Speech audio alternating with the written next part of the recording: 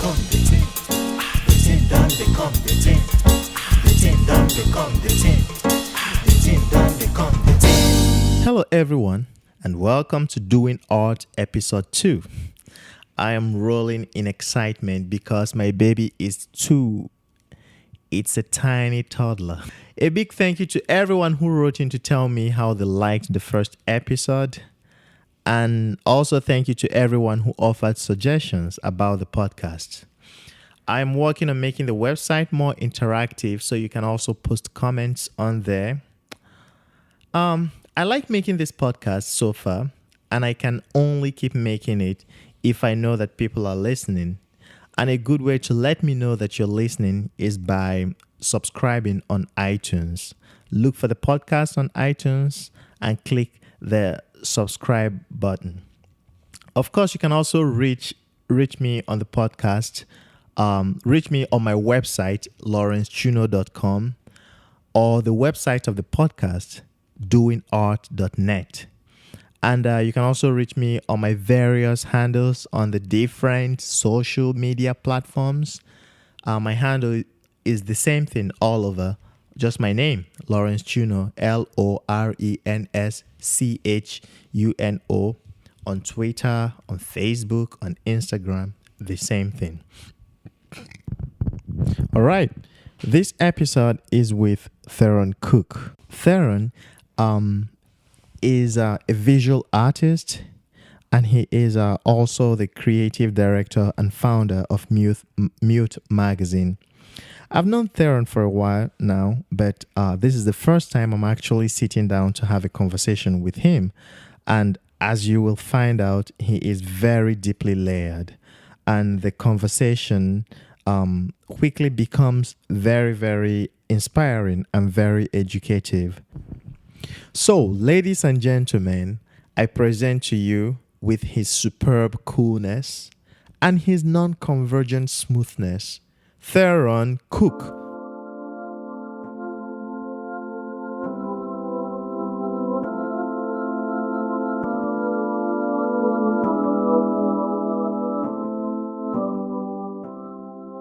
Theron Cook, welcome to Doing Art. Yes. All right. So how about we begin by talking about where you're going after this, right? You told me you're going to a live painting. Yeah, so I will be doing a live painting. It's an event that goes on every Tuesday, and basically all the artists around the New York area come together and live paint. Wow. And do networking. Mm-hmm. I never heard of that. Yeah, it's called collage. How come you don't say a lot about that? I've never got an invite. And that sounds like something a lot of people should have heard about.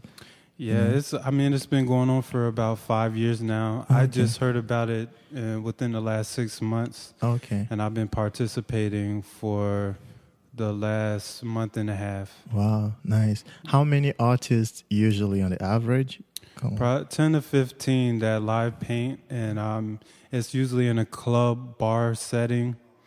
And it's a real nice event. There's a DJ there. It usually comes along with a theme. Oh, so wow. Yeah, I was going to ask theme, that. Yeah. So, what was the last theme, or do you know today's theme?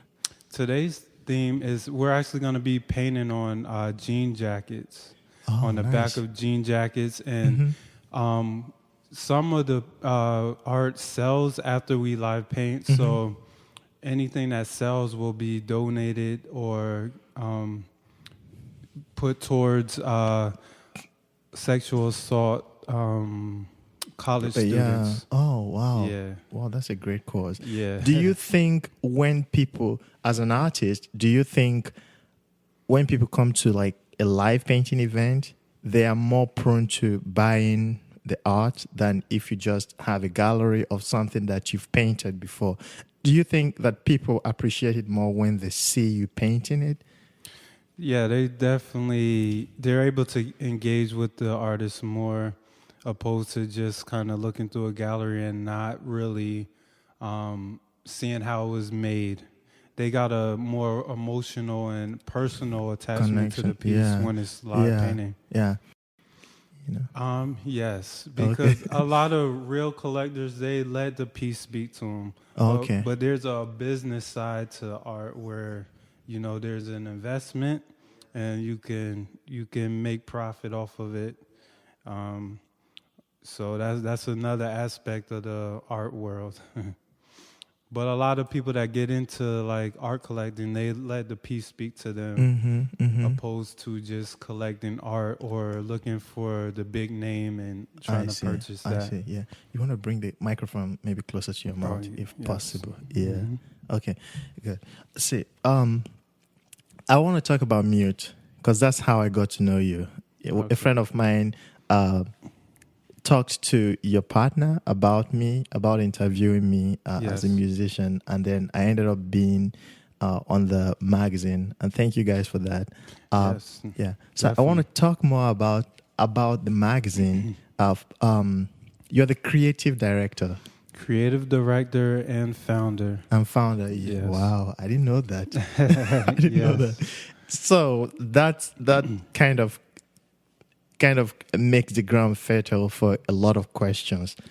Why a magazine?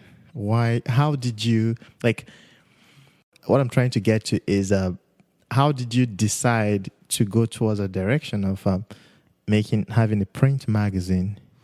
Well, I'll tell you two aspects that made me jump into publication. One is I grew up on magazines.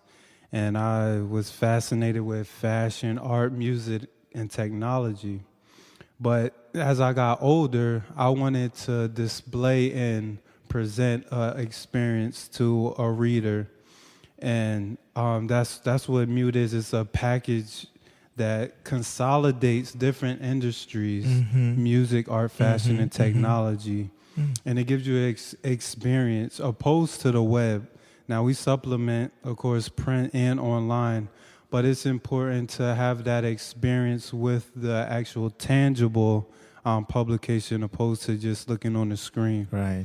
It's like being on social media opposed to being in a club. You still want to experience that. And that goes back to what we were just talking about earlier about purchasers actually experiencing the piece actually being made, opposed to just looking on the wall and picking like that.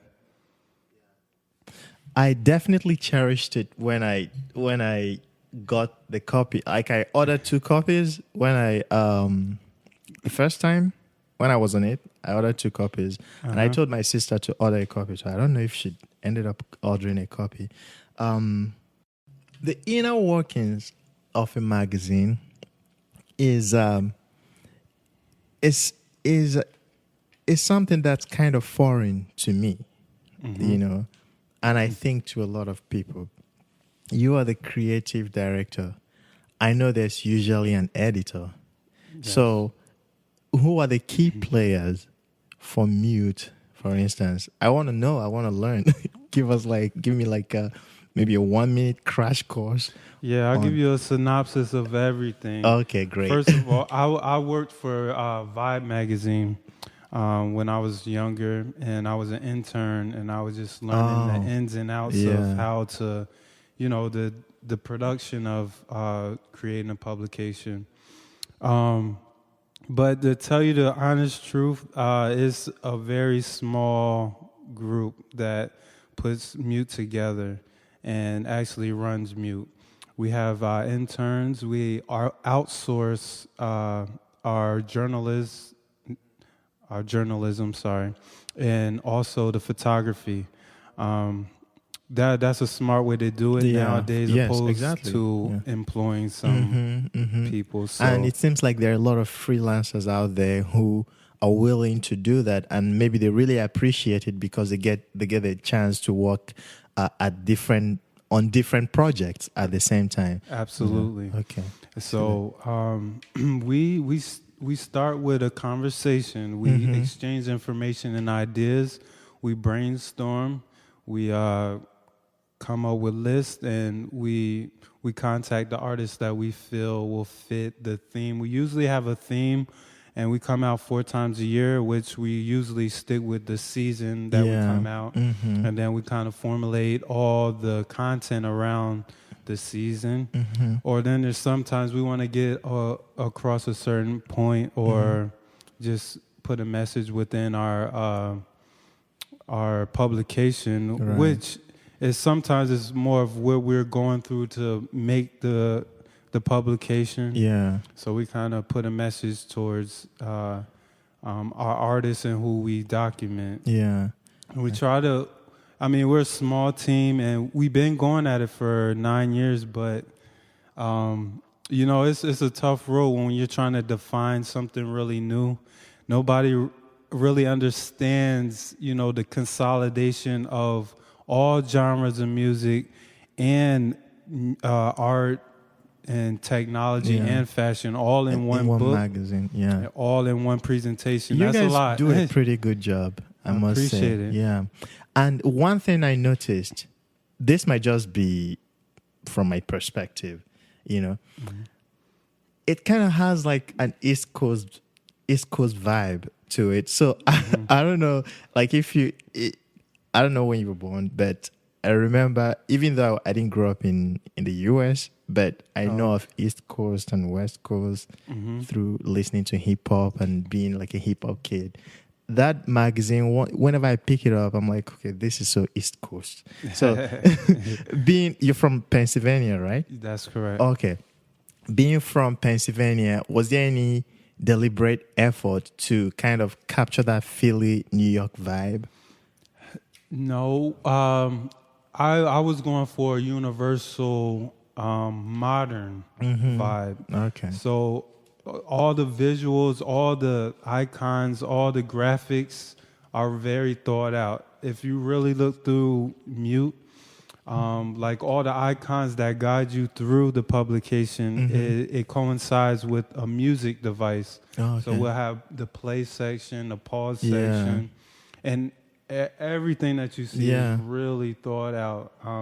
A lot of people kind of look past it, but they subconsciously they're comfortable with the presentation and it flows. Exactly. But isn't that what defines a good artist? Like, you put a lot of thought into the work to the point that anybody consuming it wouldn't even like consume it so effortlessly that the person wouldn't know you put in a lot of work. So yeah, that's one thing I value about being an artist. I prefer art that you consume without thinking of, oh, this guy put a lot of work into it, or he spent hours and hours doing it, you know. So yeah, I see where you're coming from. Yes. How about I know you don't have a lot of time, so I've always spent a little bit of time talking about you. Okay, so you're from.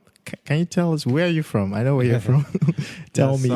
I was born and raised in Reading, Pennsylvania. Okay, that's like 45 minutes away from Philadelphia. I've been to Reading. Yeah, it's a small city. Yeah, it's a small city. Yeah, small city. Yeah. A couple years ago, we was named one of the poorest cities in the United States. Interesting. It was very interesting because I didn't feel that way. I didn't feel the impact of being the poorest city in the United States. It just didn't register to me. It still doesn't. But it's a small city. How did they measure such a thing? I don't know.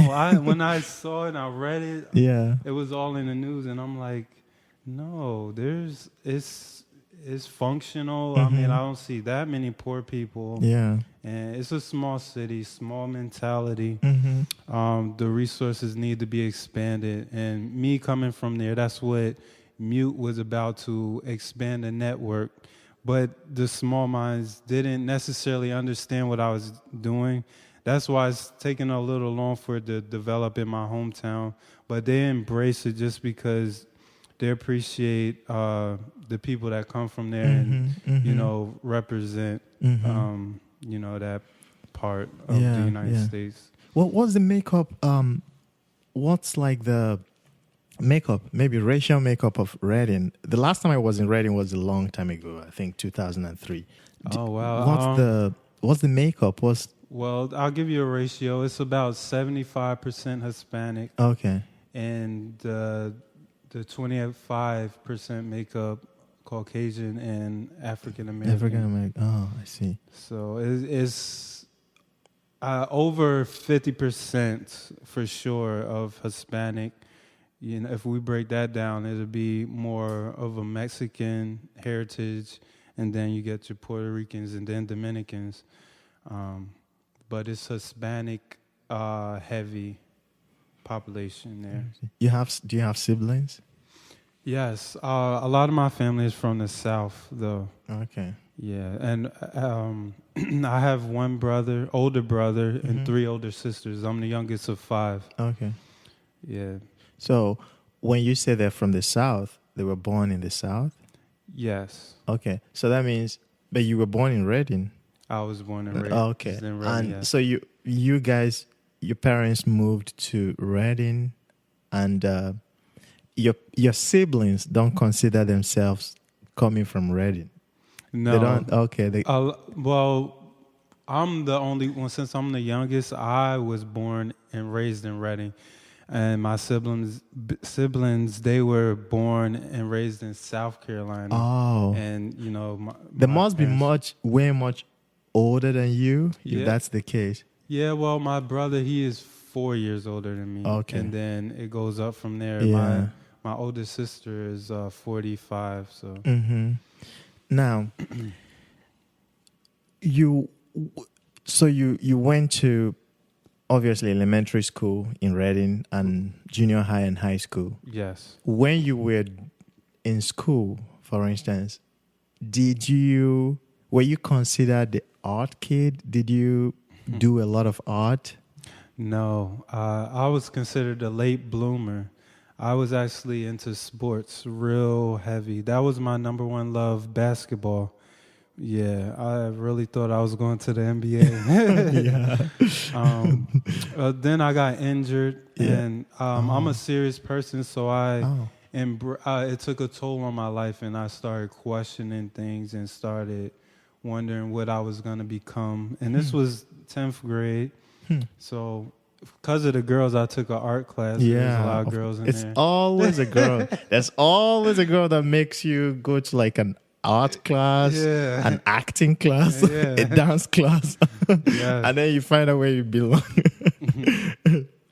Oh, okay. Yeah. So then this was in junior high or in elementary school? Oh, you said 10th grade, so that was High school. high school. Yeah. Oh, okay. So, and then you went to, where did you go to college? I went to college in Philadelphia. The college is called Hutchins School of Art. Okay. 4 years completed there, and my senior year, that's when I interned at Vibe magazine. Oh, and you went there for graphic design, you said? Advertising. Advertising. design. Oh, Yes. nice. So, my question is this. I'm Nigerian, and being Nigerian, I know that Nigerian parents, I've talked about this before in another interview. Mm-hmm. If you tell them you're going to do anything in the arts, they will just laugh at you in your face. They'll tell you, okay, I guess you don't want a job, you know. Well, do whatever you want to do, but you're not going to do that with my money or something like that. Right. So I just want to know, what kind of support did you get from your family going to study, knowing that you're into the arts, you know, and knowing that I'm sure even when you're in college, they know that eventually you want to have a career in the arts. Right. You know, so were they supportive? Were they your cheerleaders? Well, they were supportive. They're very supportive. They didn't understand the decision. They didn't understand the path, but they did support. But I did a lot of proving. I showed the way for them to believe, to support even more. Yeah. Every step I took, they started to see the light. I see. I reached out to a lot of organizations when I was in high school to get support to help me go to college. I had 5 different scholarships. Wow. I wrote letters to all the organizations. So I got backing and support early, so my family saw that and they saw my determination. I was in 3 different cities in one day at one point. Yeah, I was in like 3 different cities in one day at one point of my college career. Wow. Yeah. Interesting. I still would like to talk more about your being an artist, but I want to go a little bit kind of philosophical. Okay. That's my area. Okay.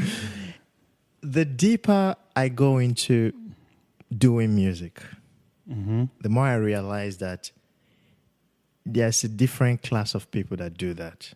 The more I convince myself that this is what I want to do, the more I discover that I'm different in a way from a lot of people. You as an artist, do you ever encounter that kind of, would I say, revolution? Absolutely. I embrace it. Then that kind of transcends the whole competition thing. When you embrace your difference, yes, and then you be like, this is my purpose, and this is my story, yes, and this is how I'm delivering it. Exactly. Nothing can really stop you. No matter how different you are, you have a place and you have an avenue, and you just drive down. Exactly. And you can't be any other person because other people are taken already. Exactly. Exactly. Wow. Okay. I see what you're saying. Now, that being a unique person, that must also inform your creation process. I feel like everybody, even though you could see 7 painters and they will all be painting, even sometimes painting the same thing, but I still believe that you just mentioned that everybody's unique. Everybody's journey is unique. I still believe that that makes me believe that everybody's creation process is kind of unique. Like the way they approach something is unique. I would like to learn a little bit about your creation process. Yeah. Well, I didn't mention this, but I did write a book. It took me 7 years to write it. How come I don't know about this? How come I'm just finding out? Yeah, I stopped marketing it. I published my book in 2009, and I dedicated it to my father who passed away that year. Oh. And I stopped marketing it because I'm gonna say this in these type of terms, but I don't really mean it like that. I want to dumb it down a little bit so that it could be more comprehensive to the average person. Yeah. But my book has a lot of my ideologies and a lot of my ideas and questions that I incorporate into my art. And a lot of my art tells stories, and it just consolidates different views and perspectives of daily life, and just to open your mind to more than one perspective.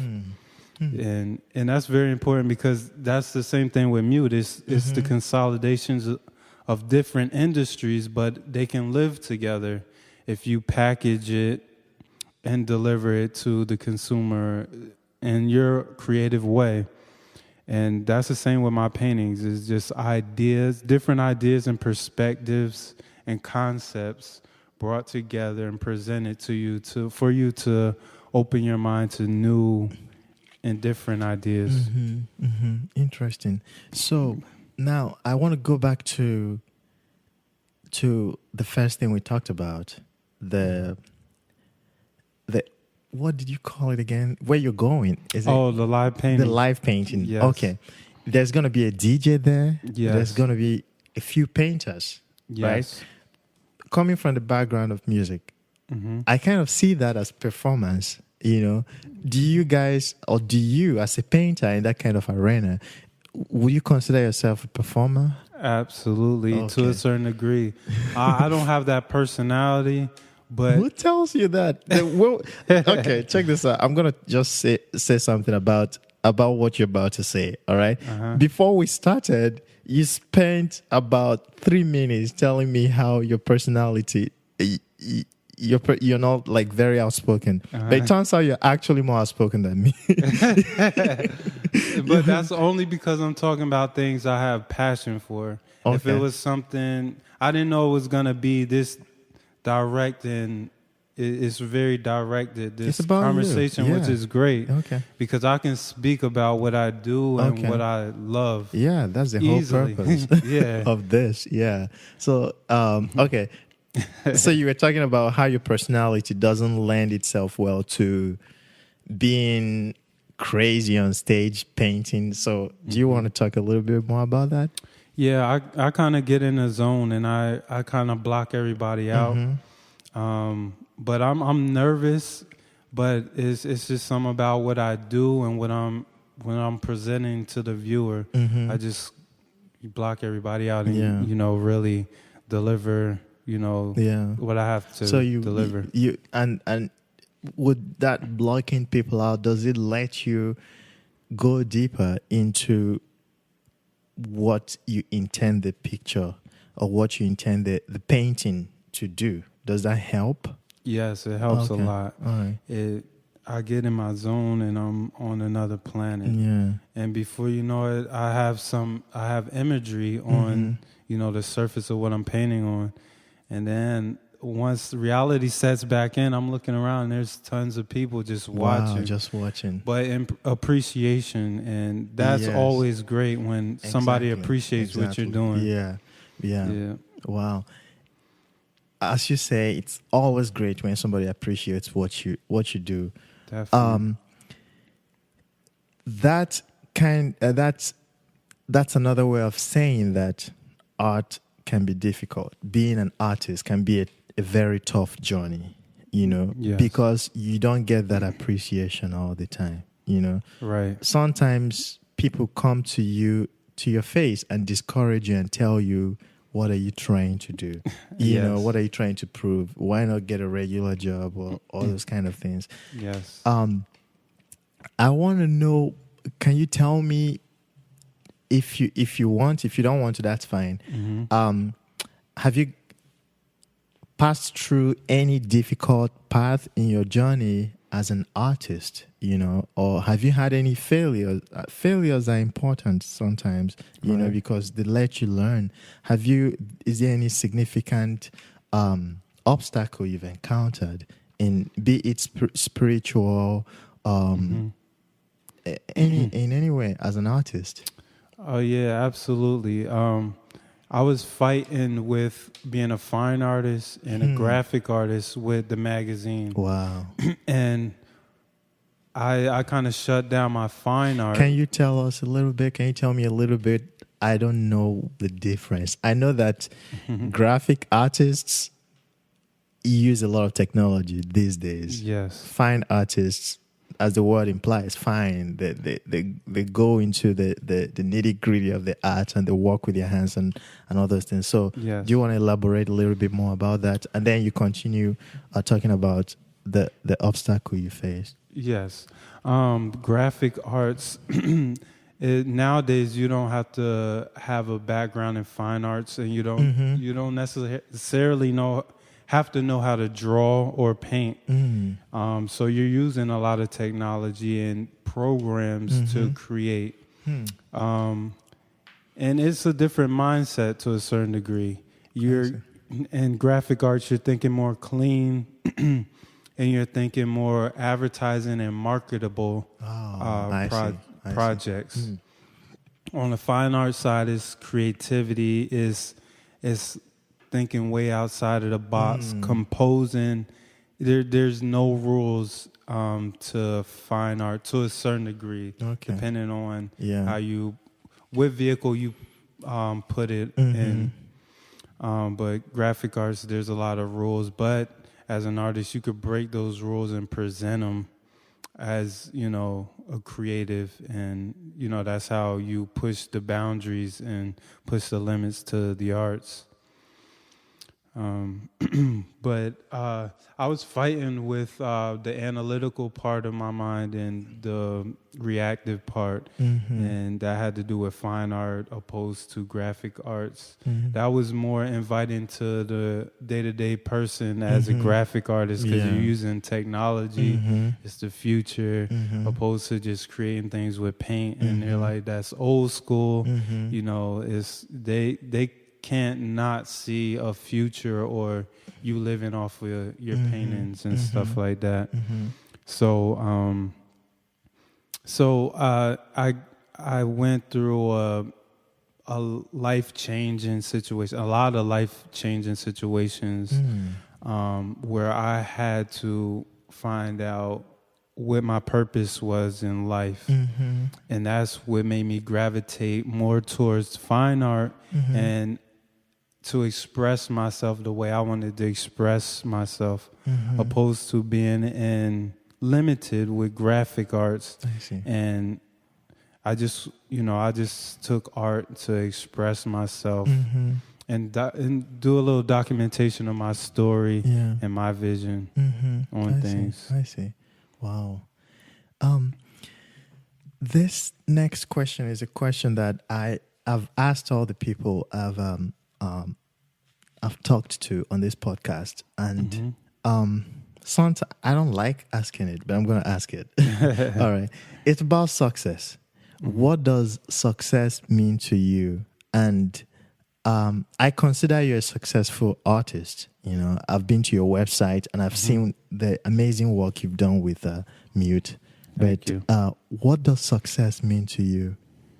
Success is just you being happy and being comfortable with who you are in life, and you opposed to everybody else around you. You're comfortable and you're happy of what you're doing and how you're doing it and how you're going about life. You're just happy. And it has nothing to do with monetary money or materialism. It has nothing to do with that at all. Because as you know, everybody knows, and they rehearse this, but it's a difference when you live it, opposed to just saying it because everybody else says it, that materialism isn't happiness. Yes, I see what you're saying. Yeah. That's very interesting. That's on point. I feel like that is something that can be easily said even it can be easily said than done, for lack of a better way of putting it. But the way you've elaborated on it makes me want to think about it. I even talk about it more, because in our society, the way the American society is structured, like what you just said about being happy, being comfortable with who you are, and maybe as an artist with the work you produce. Yes. Sometimes it's still very difficult to just be happy if you are not, if somebody knows the person's name is out there and your name is not out there. Yes. And maybe somebody is making more money than you, even though you're making enough money doing your art, doing your work, that it kind of makes you worry, that it kind of makes you feel like maybe you're not as validated as you should be, But I think that comes back to your earlier point of just having a lane, staying in your lane and knowing that you are who you are. So I kind of, it's like I'm coming full circle, and I kind of appreciate that. Well, it's it's a long journey to find out who you are and find out your purpose and your opus. Is your mission, your journey. It takes some people can figure it out right away. Some people it takes a while. But even when you see other people's in your same industry or your same career, and they're doing supposedly better than you, It's inspiration. It's not competition. It's always if they're doing more and you want more and you see what they have and you would like that, it should inspire you to, go deeper in your craft, in your lane, and produce something that nobody ever seen before. Just dedicate your whole life to it. It's worth it. Right. That's well said. I wanted to talk a little bit more about your business. But it's 6:44, and I'm going to put the link to all your things on the website. Yeah. And I'm going to share it. I'm going to send it to you. You can share it also. But I would like to do this again. If it's up to you, you have an open invitation. All right, but I want to talk about your Instagram. Okay. Your Instagram be popping. Even though not lately, though I've been looking out for it. I've not been seeing it lately. So, but I'm going to post the Instagram. I'm going to tell people about the Instagram. I can't remember your user. Just tell us your username, your handle on Instagram, on Twitter, but especially Instagram, because your Instagram is on point. Thank you. Well, I have 2 Instagrams. I have one just strictly paintings. Okay. I basically separated Instagram with my lifestyle and then my display of my work, my fine art. Okay. But my first Instagram is just my name. Theron Cook, TheronCook. Instagram, and that displays my lifestyle. It incorporates the graphic artists, fine artists, the travels, things that I create, my points of views on different things. Yeah. And then my other Instagram is at Theron Cook Art, which is TheronCook. Which one am I on? Which one do I follow you on? Is it both of them? You might be on my fine art. Fine art, okay. I don't know. I really like the one I'm on. I like those painting, and those videos that you put, very short videos, but they really communicate. That's my Theron Cook one. That's my lifestyle. Oh, okay, cool. All right. Thank you. So we're going to. I want to make sure you get to where you're supposed to go. Let's play a little game. This game, I created it just for you. It's called Turn Up, or Mute. All right? Okay. Turn up or mute, okay? So turn up is something you like. If you like it, basically yes or no. Mute if you don't like it. You just say mute, okay? All right, cool. The first one is Andy Warhol. Turn up, okay. Why? See, I look deeper into. I understand why people wouldn't. Because they say he's a sellout and he wasn't really creative, but it's the idea of him doing what he's done. He's more of an illustrator, right? He's more of a printmaker. What he does is take images that are already created or photography. And he duplicates them, but his presentation is where the creativity is. Yeah, I see. I mean, he's not my favorite, but I appreciate what he's done. Do you have any artists that you respect? Oh yeah, tons. Like one. Yeah. I would have to somebody living. Oh, living. Yeah, definitely. I met him about 2 years ago. Okay. Justin Boa. Okay. Yeah, and then there's Frank Morrison. Okay. Those are 2 of my favorite that are living as of right now. Okay. Now the second question, or second on the list, punk rock. Turn up or mute. Punk rock? Yeah. You don't have to give it a lot of thought. A lot of thought. You can just say mute. Turn up. Turn up. Yeah. Cool. All right. Homemade ketchup. Turn up. Turn up. Okay. All right. Of course. Hiking. Turn up. Turn up. Wow. Okay. Opera. Oprah. Not opera. Oh, but The singing opera. Oh yeah. Turn Up. Wow. Yeah. Katy Perry. It's okay to sing. I'm gonna say Turn Up. For real? Okay. Yeah, Okay. yeah. Wow. Okay. Driving. Yeah. I'll say Mute because I'm like driving. Yeah, driving. I'm not a fan of driving. Me so too. I'm not. Yeah. Mute. Okay. All right. Empire. The new show. Oh, Mute. You're probably the only person. I know. That's why I said it. That's so bold. That is bold. See, but I never watched the show, but I just seen so many people gravitating towards you're it. like, Yeah, I'm not even gonna force myself to like that. All right. Kendrick Lamar.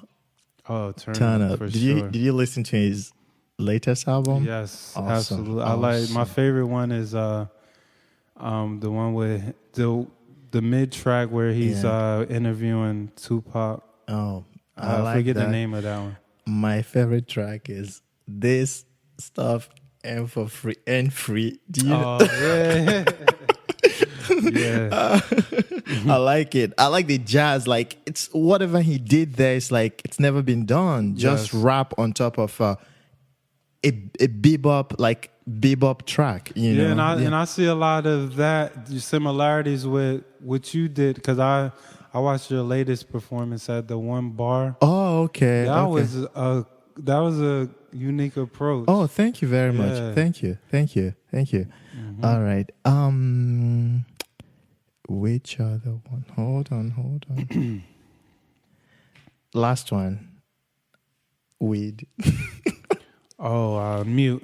Mute. I don't even. You know what I mean? Okay. No, okay. Yeah, that's respected. That's one thing. That's one. I don't want to call it a controversial subject, but socially, people who smoke weed, they tend to look down on other people who don't. Like, oh, you're not cool enough, you know. But okay. When I was younger, I had to act like I was high. Yeah. So like, you could easily convince somebody that you're high. Exactly. Because my voice and how I deliver my words is very smooth. So they automatically thought I was high. And I'm like, yeah, of course I am. I never smoke weed, man. Yeah. I just don't do it. That's respected, you know. And this would be my last question for you. Because a lot of artists, not a lot, some people, they just think that to be an artist, you have to have either a vice or you have to have something broken in your history. You understand? You have to break yourself to make good art.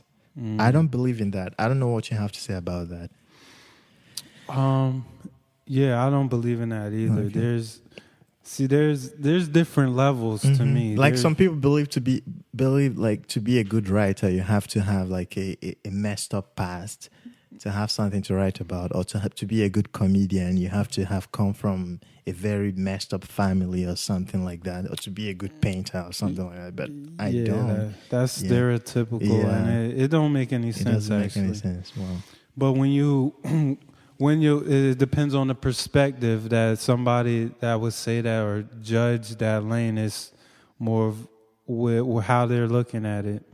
I mean, there's technicality, there's creativity, there's expressiveness. There's different levels to it. You know? So you just can't say that. Yeah. They got to elaborate when they say those things. Of course. Yeah. Man, this has been great. Thank you. I appreciate you having me, man. Appreciate it.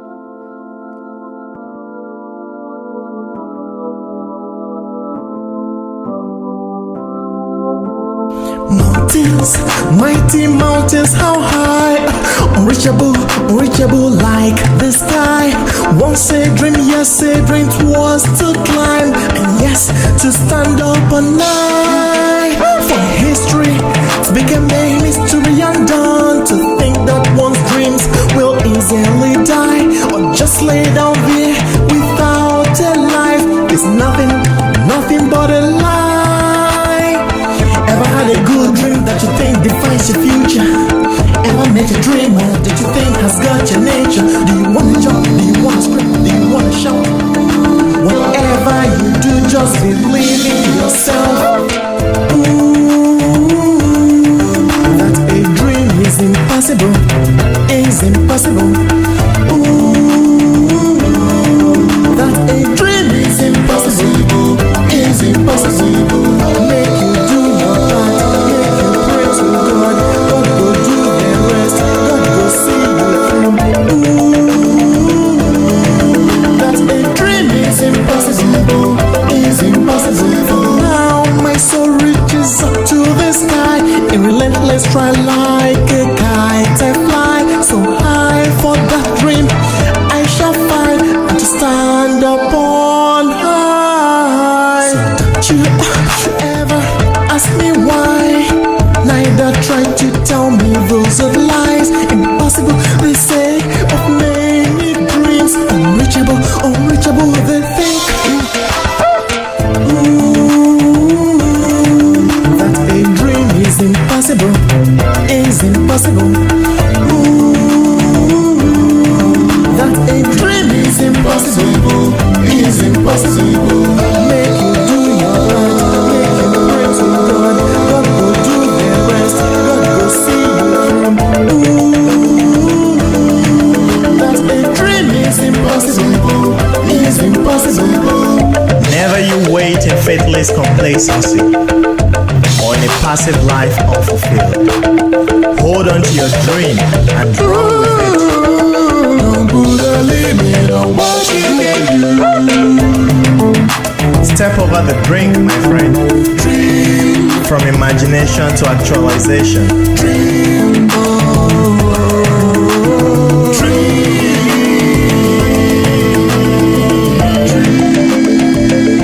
I'm telling you that the sky is your limit. So don't be afraid to dream. I'll tell you what's impossible. That a dream is impossible.